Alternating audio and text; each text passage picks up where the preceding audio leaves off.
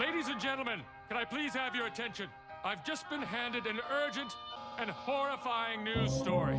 And I need all of you to stop what you're doing and listen.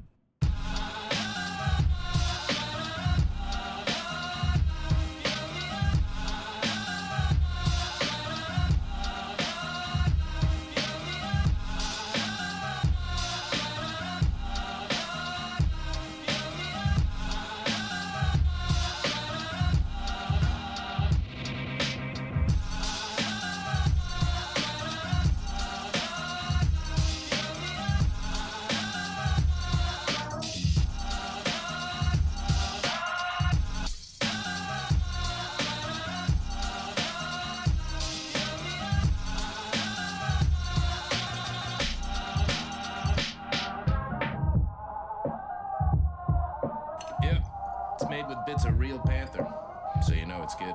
It's quite pungent. Oh, yeah. It stings the nostrils. In a good way. Yeah. Brian, I'm gonna be honest with you, that smells like pure gasoline. 60% of the time, it works. Every time. That doesn't make sense.